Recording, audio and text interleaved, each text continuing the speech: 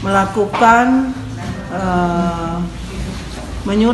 memberikan surat edaran ke seluruh apotik dan toko obat yang ada di bawah pengawasan Dinas Kesehatan Kota Ambon sesuai dengan edaran dari Kementerian Kesehatan SR nomor 1 dan sekian itu, bahwa untuk sementara seluruh obat sirup, jadi bukan hanya paracetamol atau obat batuk, tapi seluruh obat sirup itu tidak bisa diperjualbelikan, jadi tidak boleh lagi ada penjualan obat sirup yang keluar dari apotik maupun toko obat.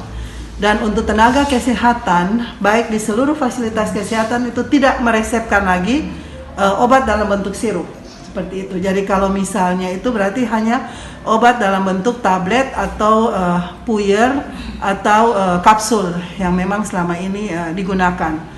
Nanti setelah penelitian yang dilakukan oleh Balai POM selesai, baru kita menunggu tindak lanjut langkah-langkah selanjutnya dari kementerian itu seperti apa, dan nanti dari Balai POM apakah memang tetap atau ada penarikan itu Katong sendiri yang tahu, tapi Katong hanya mengawasi dan memberikan edaran untuk tidak menjual lagi obat dalam bentuk sirup.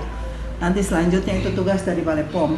Karena dicurigai bahwa ada 3 zat yang terkandung di dalamnya, yaitu Terima kasih sudah nonton. Jangan lupa like, subscribe, dan share ya.